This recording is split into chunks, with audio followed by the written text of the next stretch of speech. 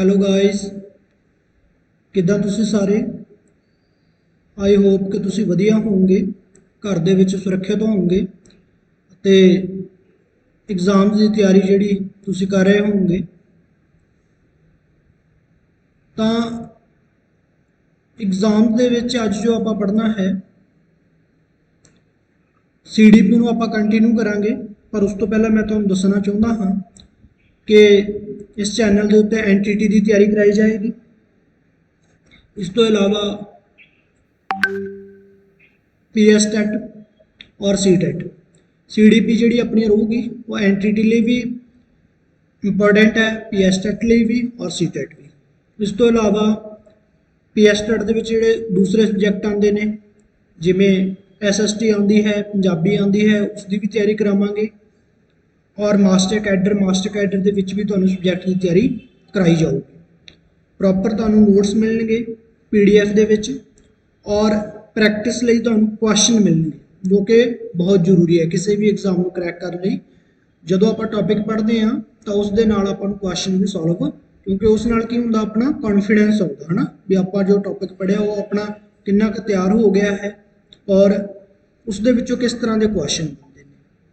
ਤਾਂ ਤੁਸੀਂ ਪਲੀਜ਼ ਸਾਨੂੰ ਸਪੋਰਟ ਕਰਨਾ ਹੈ ਨਾ, ਚੈਨਲ ਸਬਸਕ੍ਰਾਈਬ ਕਰਨਾ, ਲਾਈਕ ਕਰਨਾ ਔਰ ਆਪਣੇ ਯਾਰਾਂ ਦੋਸਤਾਂ ਨੂੰ ਦੱਸਣਾ ਤਾਂ ਕਿ ਉਹ ਵੀ ਫਾਇਦਾ ਉਠਾ ਸਕਣ, ਹੈ ਨਾ, ਕਿਉਂਕਿ ਬਿਲਕੁਲ ਫ੍ਰੀ ਚੈਨਲ ਆ। ਸਿਰਫ ਤੁਸੀਂ ਕੀ ਕਰਨਾ ਹੈ, ਸਪੋਰਟ ਹੀ ਕਰਨਾ ਹੈ। ਔਰ ਸਪੋਰਟ ਕਿਵੇਂ ਕਰਨੀ ਹੈ, ਸਬਸਕ੍ਰਾਈਬ ਕਰਨਾ ਔਰ ਲਾਈਕ ਕਰਨਾ। ਠੀਕ ਹੈ ਜੀ। ਤਾਂ ਫਿਰ ਅੱਜ ਦਾ ਟੌਪਿਕ ਆਪਾਂ ਸਟਾਰਟ ਕਰਨ ਜਾ ਰਹੇ ਹਾਂ। ਅੱਜ ਦਾ ਜੋ ਆਪਣਾ ਟੌਪਿਕ ਹੈ ਉਹ ਹੈ ਪ੍ਰਿੰਸੀਪਲਸ ਆਫ ਡਿਵੈਲਪਮੈਂਟ, ਹੈ ਨਾ। ਕੀ ਹੈ? ਪ੍ਰਿੰਸੀਪਲਸ ਆਫ ਡਿਵੈਲਪਮੈਂਟ, ਅਰਥਾਤ ਜਿਹੜੇ ਵਿਕਾਸ ਆ, ਵਿਕਾਸ ਦੇ ਸਿਧਾਂਤ ਹਨ, ਵਿਕਾਸ ਦੇ ਸਿਧਾਂਤ, ਹੈ ਨਾ। ਅੱਜ ਆਪਾਂ ਕੀ ਪੜ੍ਹਨਾ ਕੀ ਹੈ? ਅੱਜ ਆਪਾਂ ਵਿਕਾਸ ਦੇ ਸਿਧਾਂਤ ਪੜ੍ਹਾਂਗੇ, ਹੈ ਨਾ। ਤਾਂ ਵਿਕਾਸ ਦੇ ਸਿਧਾਂਤ ਦੇ ਵਿੱਚ ਆਪਾਂ ਸਭ ਤੋਂ ਪਹਿਲਾਂ ਜੋ ਸਿਧਾਂਤ ਪੜ੍ਹਨਾ ਹੈ ਉਹ ਹੈ ਕਿ ਵਿਕਾਸ ਇੱਕ ਲਗਾਤਾਰ ਚੱਲਣ ਵਾਲੀ ਪ੍ਰਕਿਰਿਆ ਹੈ ਨਾ ਜੀ। ਇਸ ਦਾ ਮੀਨਿੰਗ ਕੀ ਹੈ ਕਿ ਵਿਕਾਸ ਇੱਕ ਲਗਾਤਾਰ ਚੱਲਣ ਵਾਲੀ ਪ੍ਰਕਿਰਿਆ ਹੈ। ਇਹ ਵਿਕਾਸ ਦਾ ਇੱਕ ਸਿਧਾਂਤ ਹੈ।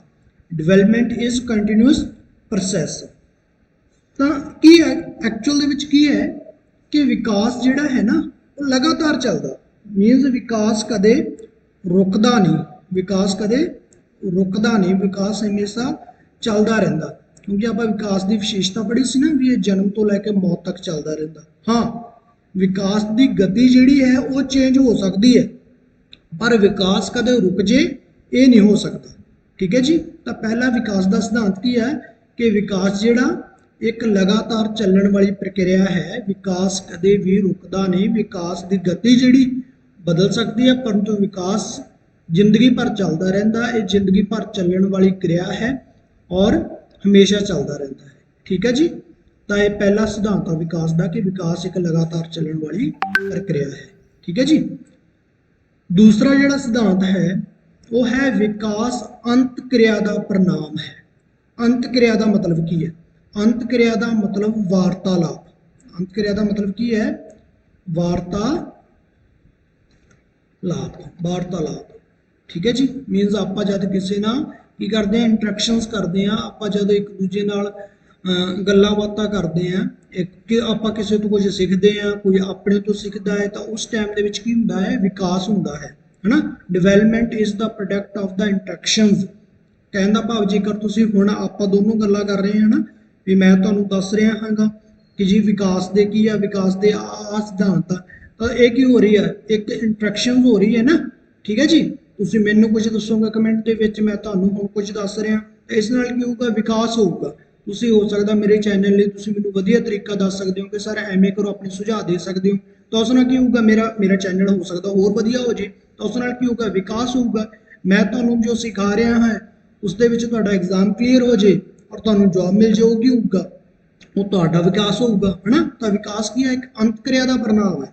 ਜਦੋਂ ਕੋਈ ਵੀ ਦੋ ਵਿਅਕਤੀਆਂ ਦੇ ਵਿੱਚ, ਕਿਸੇ ਵੀ ਦੋ ਚੀਜ਼ਾਂ ਦੇ ਵਿੱਚ ਜਦ ਅੰਤ ਕਿਰਿਆ ਹੁੰਦੀ ਹੈ ਤਾਂ ਉਸ ਦਾ ਪ੍ਰਣਾਮ ਜਿਹੜਾ ਹੁੰਦਾ ਹੈ ਕੀ ਹੁੰਦਾ ਹੈ?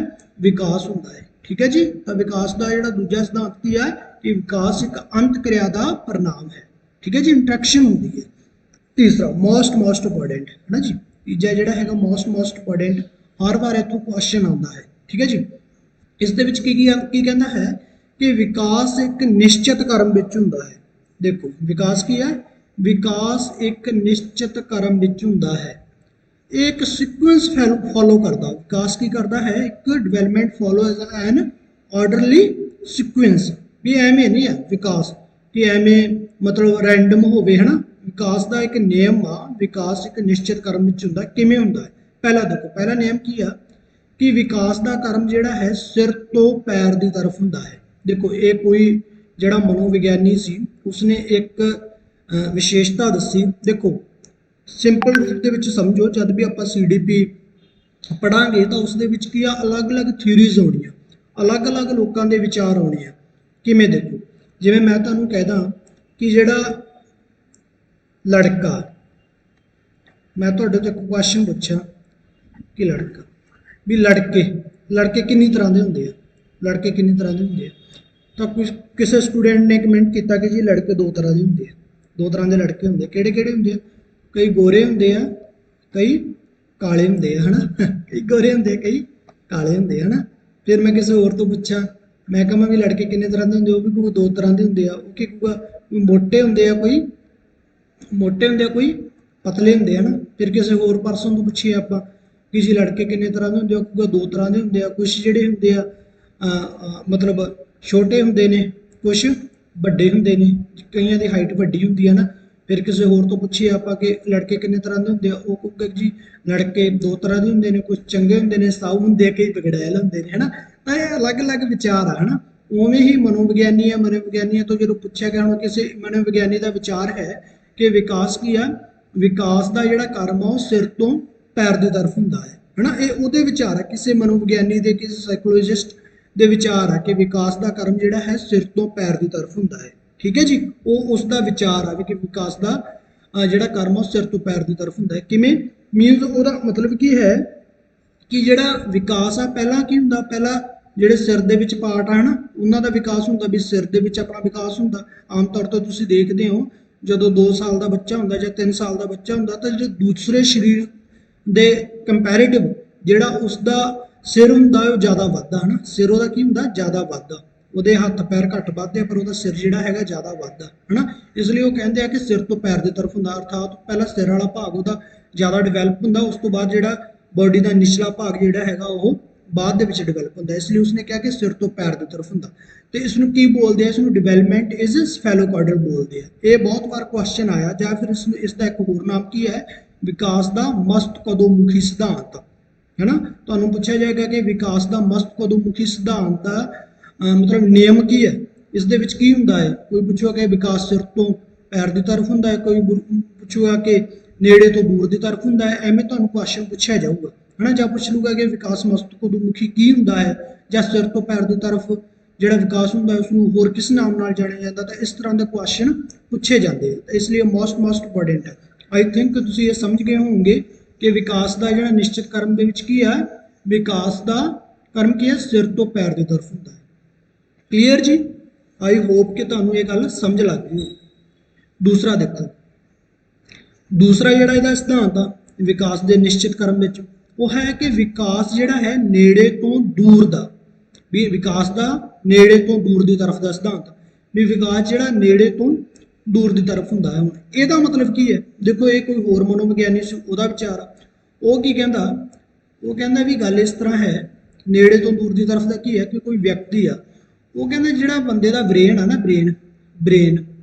ਬ੍ਰੇਨ ਹੋ ਗਿਆ, ਹਾਰਟ ਹੋ ਗਿਆ, ਜਿਹੜਾ ਅੰਦਰਲਾ ਭਾਗ ਆ, ਅੰਦਰਲੇ ਜਿਹੜੇ ਅੰਗ ਆ, ਉਹ ਜਿਹੜੇ ਜਲਦੀ ਡਿਵੈਲਪਮੈਂਟ ਹੋ ਜਾਂਦੇ ਆ। ਔਰ ਜਿਹੜੇ ਹੱਥ ਪੈਰ ਆ, ਬਾਹਰਲਾ ਜਿਹੜਾ ਭਾਗ ਹੈ, ਉਹ ਜਿਹੜੇ ਹੈਗੇ ਆ ਉਹ ਬਾਅਦ ਦੇ ਵਿੱਚ ਡਿਵੈਲਪ ਹੁੰਦੇ ਆ। ਇਸ ਨੂੰ ਕੀ ਬੋਲਿਆ ਜਾਂਦਾ, ਇਸ ਨੂੰ ਬੋਲਿਆ ਜਾਂਦਾ ਵਿਕਾਸ ਦਾ ਨੇੜੇ ਤੋਂ ਦੂਰ ਦਾ ਸਿਧਾਂਤ।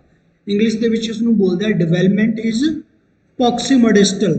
ਕਈ ਵਾਰ ਮੈਂ ਤੁਹਾਨੂੰ ਸਾਰੇ ਦੇ ਸਾਰੇ ਇੰਗਲਿਸ਼ ਦੇ ਵਿੱਚ ਲਿਖਿਆ, ਇਸ ਦਾ ਮਤਲਬ ਇਹ ਆ ਕਿ ਇੱਕ ਤਾਂ ਜਿਹੜੇ ਇੰਗਲਿਸ਼ ਮੀਡੀਅਮ ਵਾਲੇ ਆ ਉਹਨਾਂ ਨੂੰ ਸਮਝ ਆ ਜਾਏਗਾ। ਦੂਸਰੀ ਗੱਲ ਇਹ ਵੀ ਹੈ ਕਿ ਕਈ ਵਾਰੀ ਡਿਵੈਲਪਮੈਂਟ ਸਪੈਲੋਕਾਰਡਲ ਜਿਹੜਾ ਹੈਗਾ ਇਹ ਪੰਜਾਬੀ ਦੇ ਵਿੱਚ ਲਿਖ ਦਿੰਦੇ ਆ।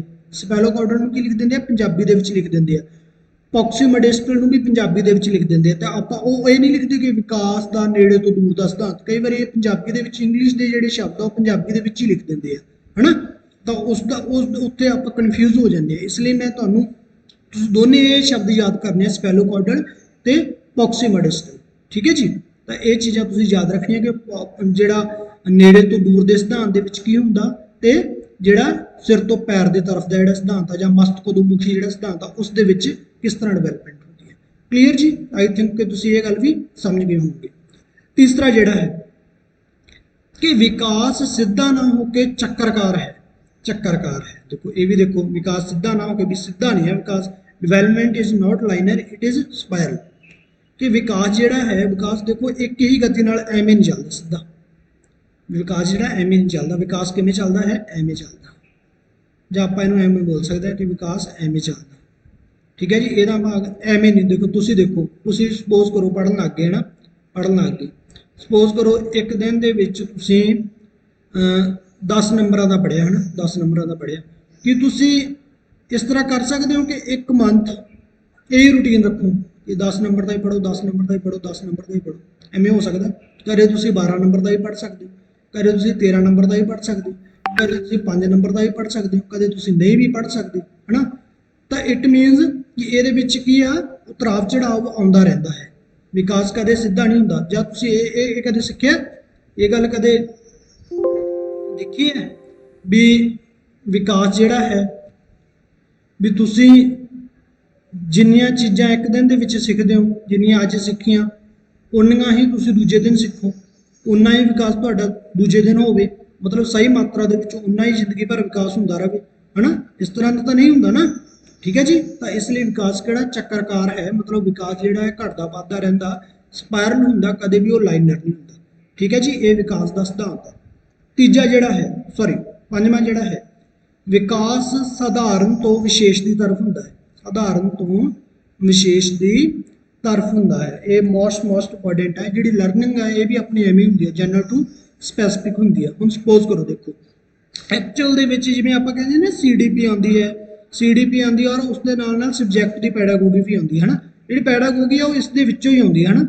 ਹੁਣ ਦੇਖੋ ਵਿਕਾਸ ਕਹਿੰਦਾ ਸਾਧਾਰਨ ਤੋਂ ਵਿਸ਼ੇਸ਼ ਦੀ ਤਰਫ ਹੁੰਦਾ। ਜਿਵੇਂ ਆਪਾਂ ਸ਼ੁਰੂ ਦੇ ਵਿੱਚ ਕੀ ਕਰਦੇ ਹਾਂ, ਸ਼ੁਰੂ ਦੇ ਵਿੱਚ ਆਪਾਂ ਸਿੱਖਦੇ ਹਾਂ ABC, ਹੈ ਨਾ, ਮਤਲਬ ਅਲਫਾਬੈਟ ਸਿੱਖਦੇ ਹਾਂ ਆਪਾਂ, ਹੈ ਨਾ। ਉਸ ਤੋਂ ਬਾਅਦ ਆਪਾਂ ਅੱਖਰ ਜੋੜਨੇ ਸਿੱਖਦੇ ਹਾਂ ਜਾਂ ਊੜਾ ਆੜਾ ਸਿੱਖਦੇ ਹਾਂ ਨਾ। ਉਸ ਤੋਂ ਬਾਅਦ ਹੀ ਆਪਾਂ ਅੱਖਰ ਜੋੜਨੇ ਸਿੱਖਦੇ ਹਾਂ। ਉਸ ਤੋਂ ਬਾਅਦ ਆਪਾਂ ਵਾਕ ਬਣਾਉਣ ਸਿੱਖਦੇ ਹਾਂ। ਤਾਂ ਪਹਿਲਾਂ ਆਪਾਂ ਕੀ ਸਿੱਖਿਆ? ਸਾਧਾਰਨ ਸਿੱਖਿਆ। ਉਸ ਤੋਂ ਬਾਅਦ ਆਪਾਂ ਕੀ ਸਿੱਖਿਆ? ਵਿਸ਼ੇਸ਼ ਸਿੱਖਿਆ। ਐਵੇਂ ਕੀ ਆ, ਆਪਾਂ SST ਦੇ ਵਿੱਚ ਦੇਖ ਲੈਂਦੇ ਹਾਂ ਕਿ ਸਭ ਤੋਂ ਪਹਿਲਾਂ ਆਪਾਂ ਕੀ ਸਿੱਖਦੇ ਹਾਂ? ਭਾਰਤ ਸਿੱਖਦੇ ਹਾਂ ਨਾ। ਇਹ ਕੀ ਆ? ਇਹ ਭਾਰਤ ਆ ਨਾ, ਇਹ ਆਪਣਾ ਦੇਸ਼ ਆ। ਫਿਰ ਉਸ ਤੋਂ ਬਾਅਦ ਆਪਾਂ ਕੀ ਸਿੱਖਦੇ ਹਾਂ ਕਿ ਵੀ ਦੇਸ਼ ਦੇ ਵਿੱਚ, ਹਾਂ ਵੀ ਦੇਸ਼ ਦੇ ਵਿੱਚ ਕੀ ਆ, ਜਿਹੜੇ 28 ਸਟੇਟ ਆ। ਫਿਰ ਆਪਾਂ ਦੇਖਦੇ ਹਾਂ ਕਿ ਸਟੇਟ ਦੇ ਵਿੱਚ ਅੱਗੇ ਕੀ ਆ, ਸਟੇਟ ਦੇ ਵਿੱਚ ਅੱਗੇ ਡਿਸਟ੍ਰਿਕਟ ਹੁੰਦੇ ਆ। ਫਿਰ ਆਪਾਂ ਦੇਖਦੇ ਹਾਂ ਵੀ ਡਿਸਟ੍ਰਿਕਟ ਦੇ ਵਿੱਚ ਅੱਗੇ ਕੀ ਹੁੰਦੇ ਆ, ਡਿਸਟ੍ਰਿਕਟ ਦੇ ਵਿੱਚ ਅੱਗੇ ਤਹਿਸੀਲਾਂ ਹੁੰਦੀਆਂ ਨਾ, ਸਬ ਡਿਵੀਜ਼ਨ ਹੁੰਦੀਆਂ।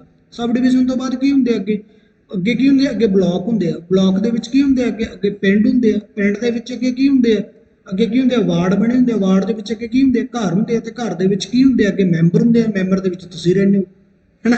ਤਾਂ ਆਪਾਂ ਕੀ ਪਹਿਲਾਂ ਸਧਾਰਨ ਚੀਜ਼ ਸਿੱਖੀ, ਸਧਾਰਨ ਤੋਂ ਫਿਰ ਆਪਾਂ ਵਿਸ਼ੇਸ਼ ਵੱਲ ਆ ਗਏ। ਠੀਕ ਹੈ ਜੀ। ਤਾਂ ਵਿਕਾਸ ਕੀ ਹੁੰਦਾ? ਸਾਧਾਰਨ ਤੋਂ ਵਿਸ਼ੇਸ਼ ਦੀ ਤਰਫ ਹੁੰਦਾ। ਠੀਕ ਹੈ ਜੀ। ਆਈ ਹੋਪ ਤੁਸੀਂ ਇਹ ਸਮਝ ਗਏ ਹੋਵੋਗੇ। ਲਰਨਿੰਗ ਵੀ ਜਿਹੜੀ ਆਪਣੀ ਜਨਰਲ ਟੂ ਸਪੈਸੀਫਿਕ ਹੁੰਦੀ ਹੈ, ਹੈ ਨਾ। ਲਰਨਿੰਗ ਵੀ ਹਮੇਸ਼ਾ ਜਨਰਲ ਟੂ ਸਪੈਸੀਫਿਕ ਹੁੰਦੀ ਹੈ। ਠੀਕ ਹੈ ਜੀ। ਫਿਰ ਦੇਖੋ ਸ਼ੁਰੂਆਤ ਵਿੱਚ ਵਿਕਾਸ ਦੀ ਗਤੀ ਤੇਜ਼ ਹੁੰਦੀ ਹੈ। ਸ਼ੁਰੂਆਤ ਦੇ ਵਿੱਚ ਕੀ ਹੁੰਦਾ? ਵਿਕਾਸ ਦੀ ਗਤੀ ਤੇਜ਼ ਹੁੰਦੀ ਹੈ। ਕਿ ਸ਼ੁਰੂ ਦੇ ਵਿੱਚ ਜਦੋਂ ਵੀ ਆਪਾਂ, ਕਿਉਂਕਿ ਦੇਖੋ ਜਿਹੜੀ ਗਰੋਥ ਆ, ਗਰੋਥ ਵੀ ਕਿਹਦਾ ਹਿੱਸਾ ਹੈ? ਗਰੋਥ ਵੀ ਵਿਕਾਸ ਦਾ ਹੀ ਹਿੱਸਾ ਨਾ। ਤਾਂ ਇਹ ਸ਼ੁਰੂ ਦੇ ਵਿੱਚ ਕੀ ਹੁੰਦਾ? ਵਿਕਾਸ ਤੇਜ਼ ਹੁੰਦਾ। ਹੁਣ ਜਿਵੇਂ ਦੇਖੋ ਸ਼ੁਰੂ ਦੇ ਵਿੱਚ ਸਪੋਜ਼ ਕਰੋ ਅੱਜ ਤੁਸੀਂ ਸਿੱਖਣਾ ਸਟਾਰਟ ਕਰਤਾ, ਤੁਸੀਂ ਬੜੀ ਤੇਜ਼ੀ ਨਾਲ ਸਿੱਖੋਗੇ ਨਾ। ਉਸ ਤੋਂ ਬਾਅਦ ਕੀ ਹੈ, ਜਿਵੇਂ ਜਿਵੇਂ ਆਪਾਂ ਅੰਤਮ ਜ਼ਿੰਦਗੀ ਦੇ ਅਖੀਰਲੇ ਪੜਾਅ ਦੇ ਵਿੱਚ ਜਾਂਦੇ ਆ, ਉਦੋਂ ਕੀ ਹੁੰਦਾ? ਆਪਣੀ ਡਿਵੈਲਪਮੈਂਟ ਥੋੜੀ ਜਿਹੜੀ ਸਲੋ ਹੋ ਜਾਂਦੀ ਹੈ। ਠੀਕ ਹੈ ਜੀ। ਤਾਂ ਸ਼ੁਰੂਆਤ ਦੇ ਵਿੱਚ ਵਿਕਾਸ ਦੀ ਗਤੀ ਤੇਜ਼ ਹੁੰਦੀ ਹੈ।